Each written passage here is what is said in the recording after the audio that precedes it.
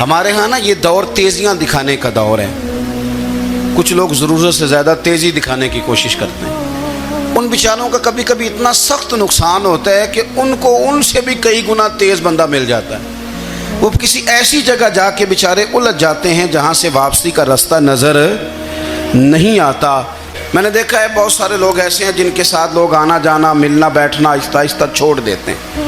اور وہ کس لیے چھوڑ دیتے ہیں؟ وہ ان کے رویے کی وجہ سے چھوڑ دیتے ہیں, ان کے انداز فکر کی وجہ سے چھوڑ دیتے ہیں, ان کے شکووں کی وجہ سے چھوڑ دیتے ہیں. مزاج ہوتا ہے نا ہمارا کہ ہمیں شوق ہوتا ہے تعلق زیادہ لوگوں کے ساتھ ہو, اور پھر یہ بھی شرط ہوتی ہے کہ میں جس کے پاس جاؤں وہ مجھے یہی کہے کہ تو میرے ساتھ ہی پیار کر.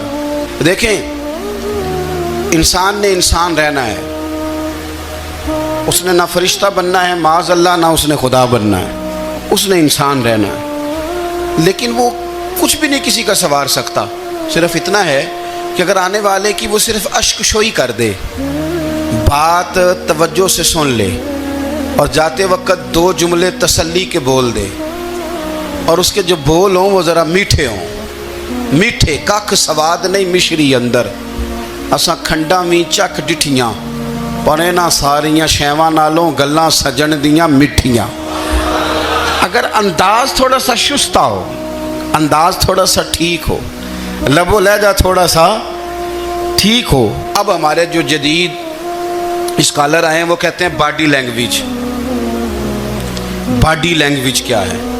نہیں, آپ نے کچھ بھی نہیں کہا, لیکن کسی بندے کی طرف دیکھ کے نا آپ تنزن ہنسے ہیں, صرف تکلیف ہوتی ہے کہ نہیں؟ تو آپ نے بات تو کی کوئی نہیں. اس کا مطلب ہے لفظوں کا نہیں, لہجوں کا بھی اثر ہوتا ہے. لہجوں کا بھی اثر ہوتا ہے. یہ لہجے ہوتے ہیں یہ بڑے دیر پا ہوتے ہیں, ان کے اندر بڑی مسکراہٹ ہوتی ہے, ان کے اندر بڑا پیار ہوتا ہے. اور آپ ترشروح ہو کے جب کوئی کام کرتے ہیں, سخت ہو کے کوئی کام کرتے ہیں, تو پھر اس کے اندر حسن نہیں رہتا, خوبصورتی نہیں رہتی. عارف رومی رحمۃ اللہ علیہ فرماتے ہیں کہ وہ مثال دینے کے لیے بات سمجھاتے ہیں. فرماتے ہیں ایک شخص جنگل میں لکڑیاں کاٹنے جایا کرتا تھا, تو شیر سے دوستی ہو گئی, یعنی ڈائریکٹ بادشاہ سے دوستی ہو گئی. اور بادشاہ بھی وہ جو جنگل کا بادشاہ ہے, جنگل کے بادشاہ سے دوستی ہو گئی. اب وہ لکڑہارا غریب آدمی تھا, لکڑیاں تو کاٹنی ہوتی تھیں, تو وہ جنگل کا بادشاہ اعلان کر دیتا جانوروں کو کہ میرا دوست آیا, ایک تو کوئی تنگ نہ کرے, اور دوسرا یہ کہ سب لوگ مل کے اس کے ساتھ تعاون کریں. کبھی کوئی جانور لکڑیاں اکٹھی کراتا, کبھی کوئی اپنی پشت پہ گدھا بیل گھوڑا خچر رکھ کے وہ لکڑیاں باہر چھوڑنے آتا. تو اب اس کی بڑی دھوم مچ گئی جنگل کے اندر. لکڑہارا مزدور تھا, وہ بادشاہ سے دوستی کر کے بادشاہ ہی بن گیا. وہ گھر آ کے نا بیوی کو اکثر بتاتا کہ میرا ایک دوست ہے, میں جاتا ہوں تو ساری پہلے ہی مخلوق کھڑی ہوتی ہے میرے استقبال کے لیے. دوستی جو بڑے سے ہو گئی ہے. بنا ہے شاہ کا مصاحب تو پھرے ہے اتراتا, وگرنہ شہر میں غالب کی آبرو کیا ہے.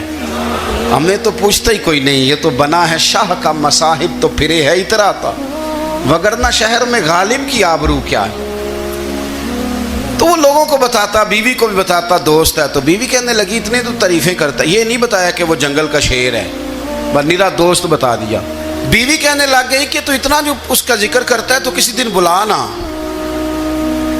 بلا کسی دن تاکہ اس کی دعوت کریں.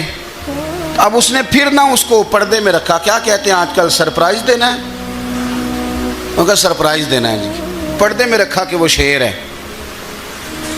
تو وہ بلا لیا گھر. اب اس کے لیے کچا گوشت, ظاہر ہے شیر نے کچا گوشت دکھانا تھا. وہ کہنے لگی پکانا کس طرح کا ہے؟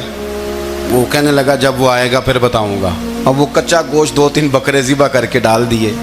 وہ آ گیا شیر. عارف رومی کہتے ہیں جب وہ آیا نا تو اس کی بیوی نے دیکھا تو اس نے ایک سخت جملہ کہہ دیا. کہنے لگی اوہو, میں سمجھی تھی پتہ نہیں کون ہے, اس طرح کے درندے تیرے یار ہیں, کتے بلے دوست بنائے ہوئے ہیں, یہ کیا بات ہوئی؟ خیر وہ شیر نے سن لیا, گوشت کھایا, وہ چلا گیا. اگلے دن لکڑہارا لکڑیاں کاٹنے گیا تو شیر نے ملاقات کرتے ہی لکڑہارے سے کہا کہ یہ نا کلاڑی اٹھا اور میری پشت پہ نا ایک زخم کر دے. اس نے کہا نہیں میں یہ کام نہیں کرتا، تو میرا دوست ہے۔ اس نے کہا سن بھائی، میں نے پیار سے کہا ہے تو مان جا، ورنہ میں ہوں شیر، میں نے تجھ سے منوا ہی لینا ہے، میں کوئی تکلیف دوں گا مناسب نہیں، تو کر۔ اس نے کلاڑی اٹھائی اور اس کی پشت پہ ایک زور سے زخم لگا دیا، خون بہنے لگا۔ اس نے کہا تو نے آج کے بعد آنا ہے، لکڑیاں کاٹنی ہے، تجھے کوئی کچھ نہیں کہے گا، بس یہ ایک حکمت تھی جو میں نے کیا ہے۔ قصہ مختصر، وہ آتا رہا، لکڑیاں ملتی رہیں، خدمت بھی ہوتی رہی، 6-8 ماہ گزر گئے۔ ایک دن شیر اس سے کہنے لگا یہ میرے ذرا بال اٹھا کے دیکھ، وہ جو تو نے زخم لگایا تھا وہ کہاں پہ ہے؟ اس نے وہ بال اٹھا کے دیکھا تو زخم ملا ہی نہیں، کئی جگہ پہ ٹٹولا کا، یار یہاں تھا یہاں تھا یہاں تھا۔ شیر نے پھر کیا کمال ہی جملہ کہا، اس نے کہا کہ وہ جو کلاڑی کا زخم تو نے لگایا تھا نا وہ مکمل ہو گیا، لیکن تیری بیوی کا جو لہجہ تھا اور اس کی جو تلخی تھی وہ آج تک میرے ذہن میں موجود ہے، وہ ابھی بھی مجھے تکلیف دیتی ہے۔ تو بات سوچتا ہوں مجھے اس نے درندہ کہا، اس نے میرے بارے میں اتنے کچے اور کمزور اور سخت جملے کہے، تو وہ بات مجھے بھولتی، وہ آج بھی میرے ذہن میں اسی طرح گونجتی ہے۔ تلخ جملے جو اس نے کہے اور خوفناک جو انداز اس نے اختیار کیا، وہ بات مجھے کبھی بھی بھولتی۔ تو آپ کے لفظ لوگوں کو بھول جاتے ہیں پر لہجہ یاد رہتا ہے، اگر ہم اپنے لہجے پر تھوڑی توجہ ہی کر لیں۔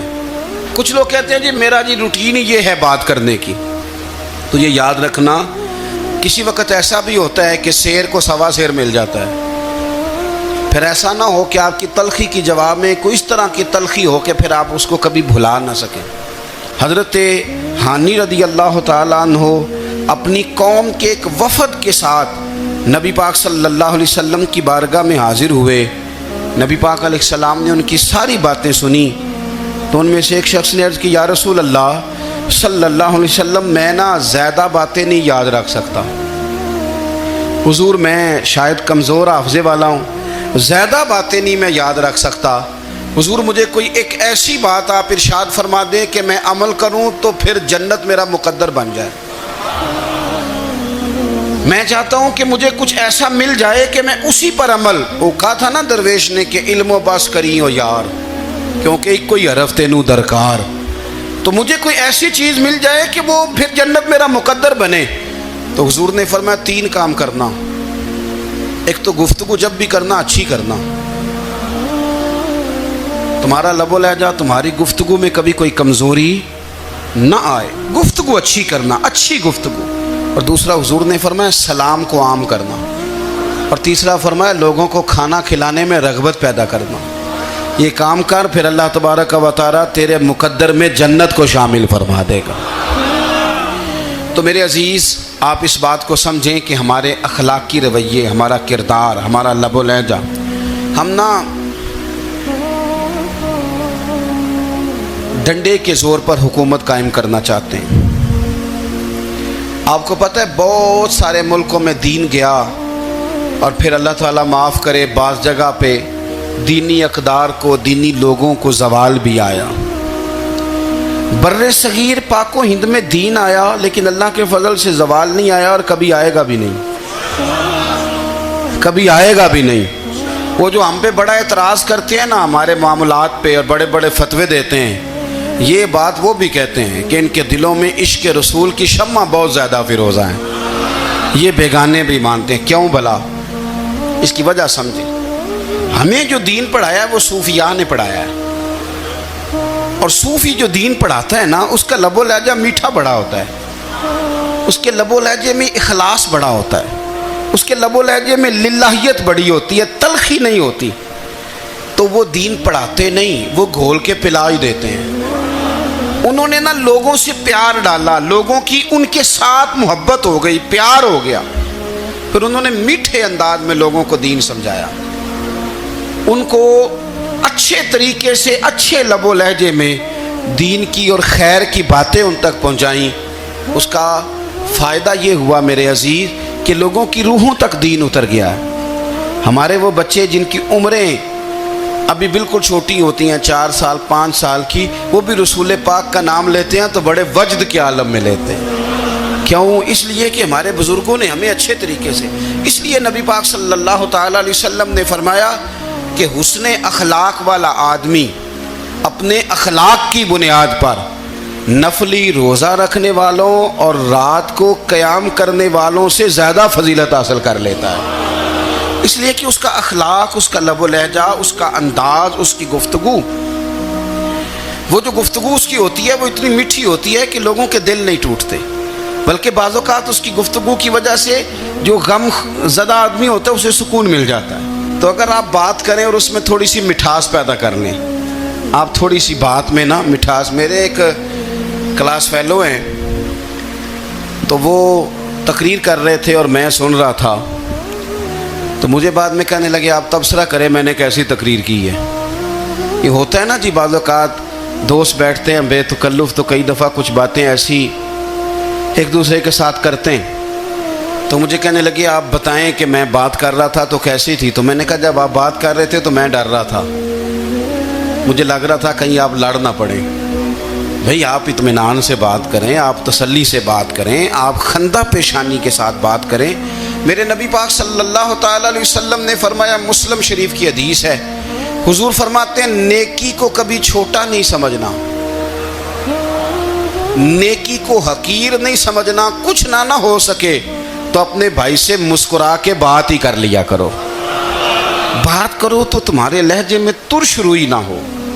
بعض اوقات آپ تلخ بات کرتے ہیں، آپ کا لہجہ تلخ ہوتا ہے تو آپ کی صحیح بات بھی قبول نہیں کی جاتی، لیکن اگر آپ کے لہجے میں مسکراہٹ ہو، آپ کے لہجے کے اندر خوبصورتی ہو تو آپ کے اپنے بھی، آپ کے بیگانے بھی، سب کے سب آپ کی بات کو تسلی کے ساتھ سمجھنا وہ گوارا کریں گے۔ اسی طریقے سے ہمارا دل کرتا ہے کہ لوگ ہماری بات سنیں، ہمارے گرویدہ ہوں، ہم جو پیغام دینا چاہتے ہیں وہ پیغام لوگ اچھے طریقے سے قبول کریں، اس پر لوگوں کی توجہ زیادہ ہو، یہ ہمارا شوق ہوتا ہے۔ اور دنیا میں اب تو فیمس ہونے کا شوق بڑا بڑھ گیا ہے، اب بڑا بڑھ گیا ہے۔ اب تو لوگوں کو نا شاید لوگ مقبولیت اسی کا نام لیتے ہیں کہ میرے اتنے لائکس ہیں، اتنے فالور ہیں، اتنے سارے لوگ ہیں تو شاید میں بڑا مقبول ہوں۔ یاد رکھنا، قابلیت سے زیادہ قبولیت ضروری ہوتی ہے۔ فالور کیا کریں گے اگر رب بھی راضی نہ ہوا تو؟ لائکس کیا کریں گے؟ اگر تو قبول ہو جائے تو پھر چلو کسی لائکس کا بھی فائدہ ہے، کسی فالور کا بھی، اور اگر قبول نہ ہو تو پھر کوئی فائدہ جنوں پریتم اپنا آنکھ ہی نہ وہ اجے سہاگن ہو ہی نہیں، تو جب وہ قبول کر لے پھر تو بڑی بات ہے، اور اگر قبولیت نہ ہو تو پھر بڑے بڑے مجمع بھی کوئی فائدہ نہیں دیتے۔ ہماری خواہش ہوتی ہے کہ لوگ ہمیں جانیں، لوگ ہمیں پہچانیں، ہمارا بڑا نام ہو، ہمارا بڑا ذکر ہو، ہمارے بڑے تذکرے ہوں۔ تو میرے نبی پاک صلی اللہ تعالیٰ علیہ وسلم نے ارشاد فرمایا، حضرت ابو ہریرہ رضی اللہ تعالیٰ عنہ روایت کرتے ہیں، حضور فرمانے لگے، تم مال کے ذریعے لوگوں کو اپنا گرویدہ نہیں بنا سکتے، پیسے دے کے لوگوں کو پیچھے نہیں لگا سکتے، کتنے کو دو گے؟ دیکھیں نا، پیسوں سے تو بندے کا لالچ شروع ہو جاتا ہے، ایک دفعہ دیں، پھر دوسری دفعہ دیں، پھر تیسری دفعہ دیں، روز دیں گے تو بندہ راضی ہوگا، اور اگر آپ نے 99 دفعہ دیا، ایک دفعہ نہیں دیا تو وہ ناراض ہو جاتا ہے، تو کتنا کو لالچ پورا کریں گے؟ تو حبیب پاک علیہ الصلوۃ والسلام فرمانے لگے، تم پیسے دے کے لوگوں کو اپنا گرویدہ نہیں کر سکتے، ہاں خندہ پیشانی سے، حسن اخلاق سے ملو گے تو لوگ تمہارے گرویدہ ہو جائیں گے۔ تمہارا اخلاق، تمہاری خندہ پیشانی، تمہارا اچھا کردار، یہ لوگوں کو گرویدہ کر سکتا ہے، تو مال و دولت سے لوگ گرویدہ نہیں ہوتے۔ تو ہمارا وہ جو روزمرہ کا لوگوں کے ساتھ تعلق ہے، لب و لہجہ ہے۔ ایک صاحب مجھ سے کہنے لگے کہ یہ میں محفل کراتا ہوں، آپ بھی تشریف لائیں، اور میں 20 علماء کو بلا چکا ہوں، اور بڑے بڑے نامور نام انہوں نے میرے سامنے لیے۔ میں نے ان سے پوچھا کہ جو نام آپ نے لیے ہیں اور آپ کی تصویریں بھی ساتھ ہیں، میں الحمدللہ تسلیم کر گیا ہوں آپ کی بات کو، لیکن سوال میرا یہ تھا کہ کیا آپ نماز بھی پڑھتے ہیں؟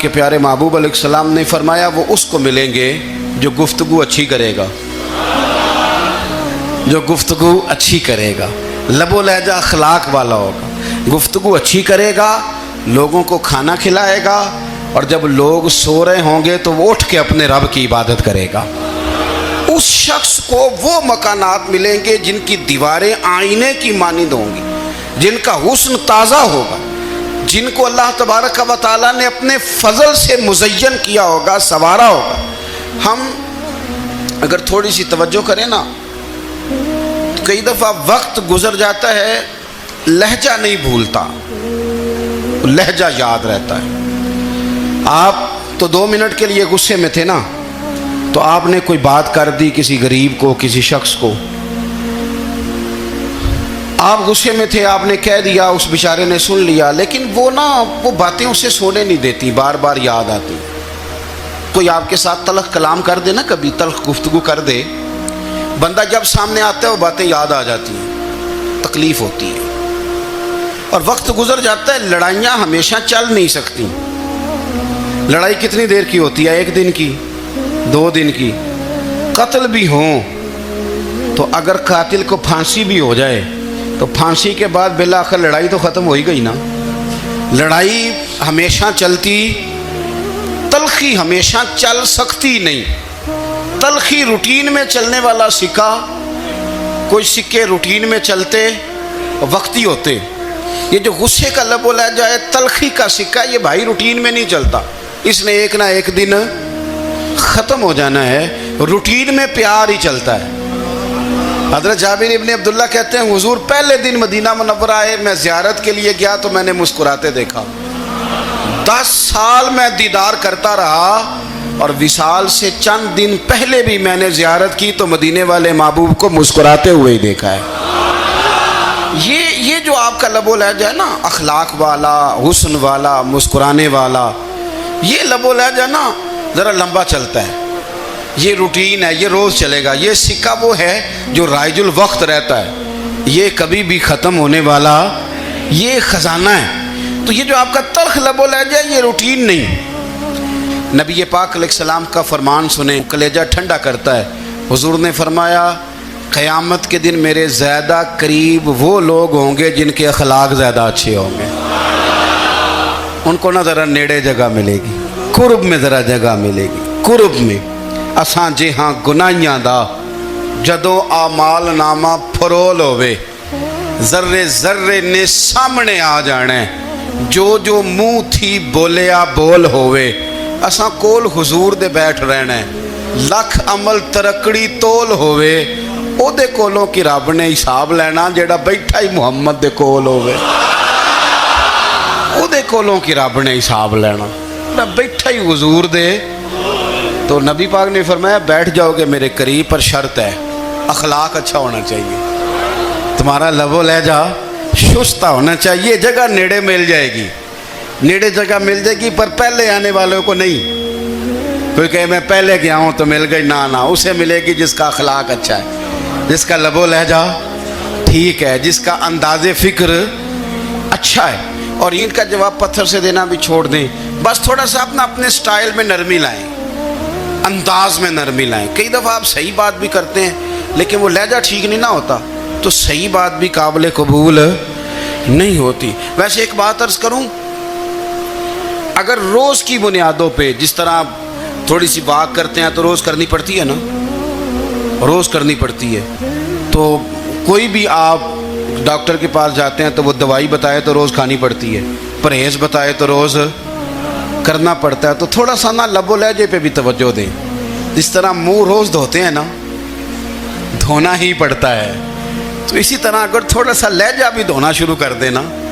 یہ جو لوگ آپ سے تھوڑا تھوڑا شکوہ کرتے ہیں تو اس نے کہا تھا کہ میرے لہجے میں غرور آیا تھا، اس کا حق تھا کہ وہ شکایت کرتا، تو کہیں تو ایسا ہے نا، کہیں تو کوئی تو بات بہو نے غلط کی ہے نا کہ ساس رو رہی ہے، کچھ تو ساس نے ایسا کہا ہے نا کہ بہو بیچاری کپڑے باندھ کے بچوں سمیت کہتی ہے گزارا نہیں ہوتا، کچھ تو ایسا بھیا آپ نے کہا ہے نا کہ کسی شخص کے من پسند روٹی پکی ہے پر وہ بیچارہ 3 دن سے کھا نہیں سکا، کوئی تو بات ایسی ہوئی ہے نا کہ سامنے والا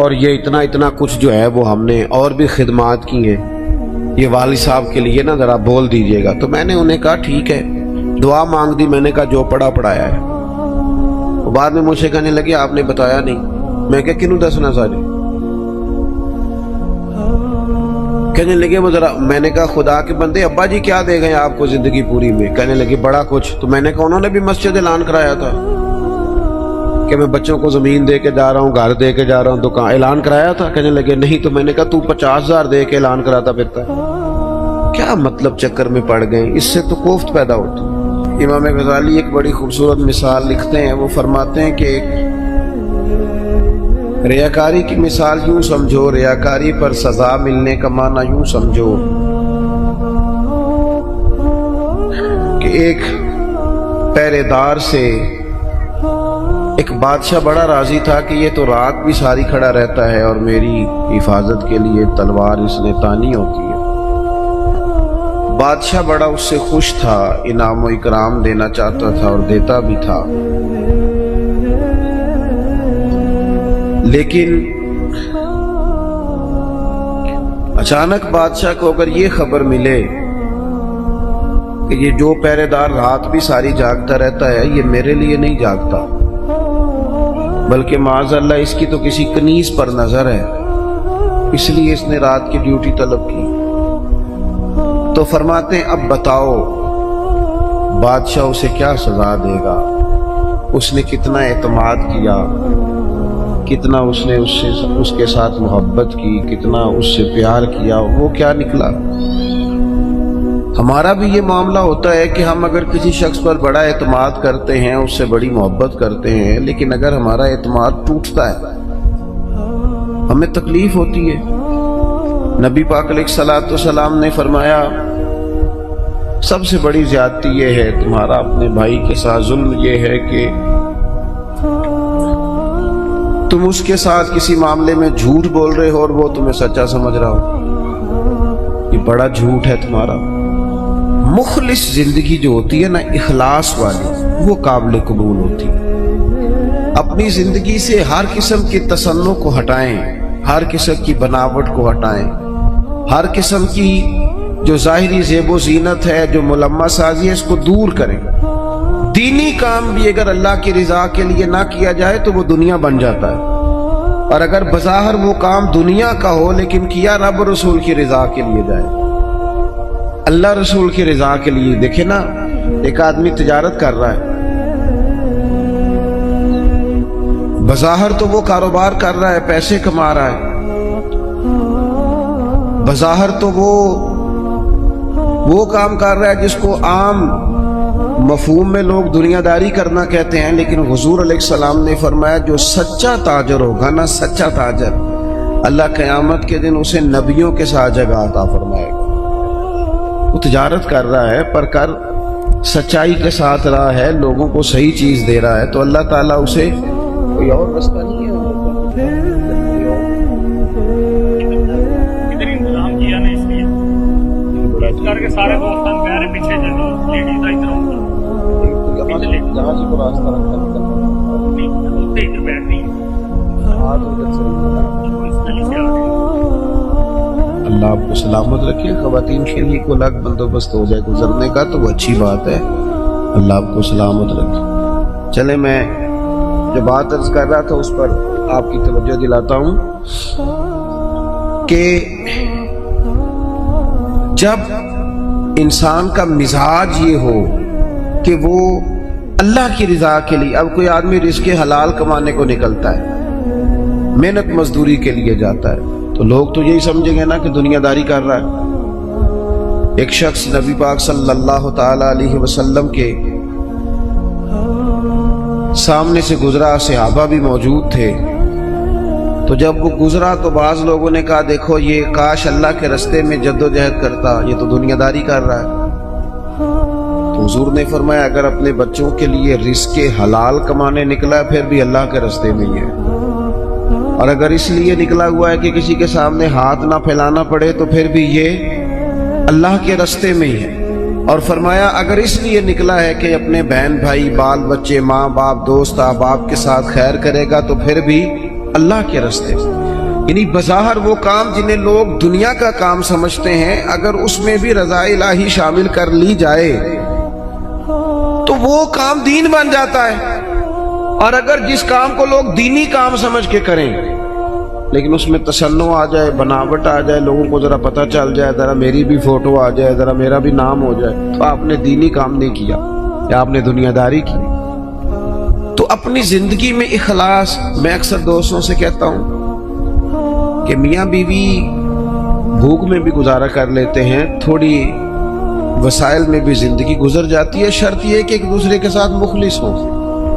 لیکن اگر خاتون کو پتہ چلے کہ میرے ساتھ مخلص نہیں ہے اور خامد کو پتہ چلے کہ میرے ساتھ مخلص نہیں ہے تو وہ گھر نہیں چلتا. تو اگر اخلاص نہ ہو تو ایک گھر نہیں چلتا تو پورا دین کیسے چلے گا؟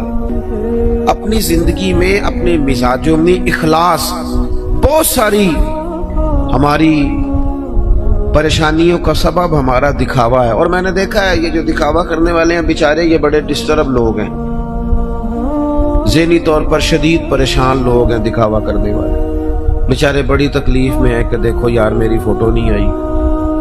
خود بتاتے ہیں اللہ کا شکر ہے جی میں فلانا کام بھی نیکی کا کرتا ہوں، بڑا کرم ہے جی، فلاں خیر دیا. آپ کو یہ کیوں بتانا پڑا؟ اتنی پریشانی کیوں لگ گئی آپ کو؟ اگر آپ کرتے ہیں تو اللہ تعالیٰ اس کا اجر آپ کو عطا کرے گا. خود بخود آپ کو کیوں ایسا کرنا پڑا؟ اخلاص والی زندگی گزاریں، اپنے لہجوں میں، اپنے لفظوں میں حسن اور صفائی لائیں.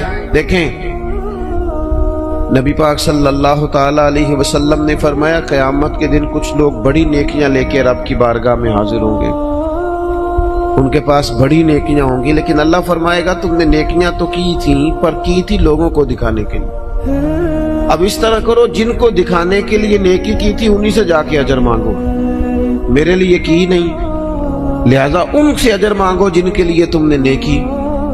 بڑا سخت معاملہ ہے اور بڑا اذیت ناک مسئلہ ہے دکھاوے کا.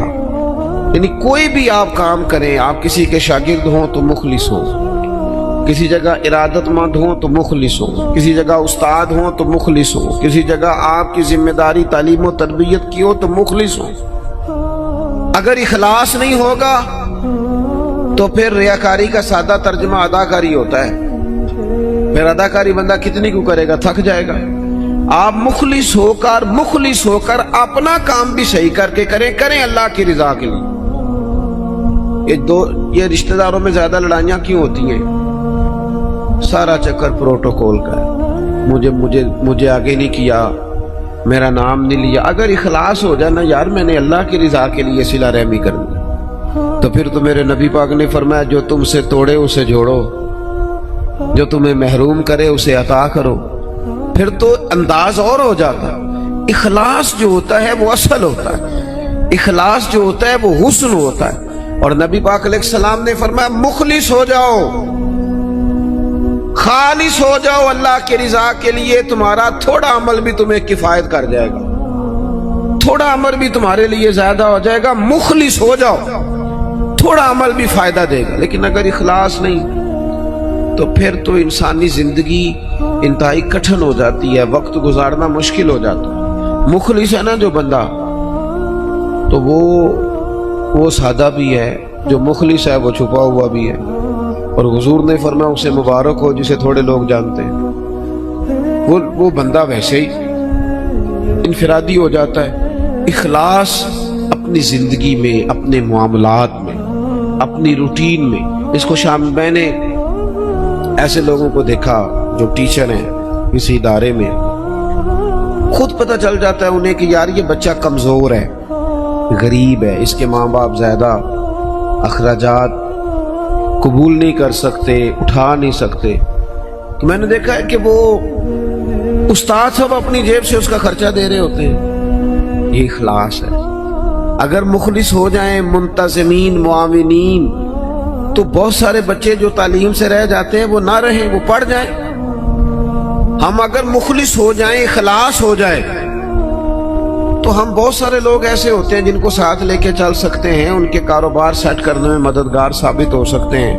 لیکن ہمارا تو خیال ہوتا ہے کہ کہیں ایسا نہ ہو کہ وہ بھی سیٹ ہو جائے تو میرے برابر نہ آ جائے.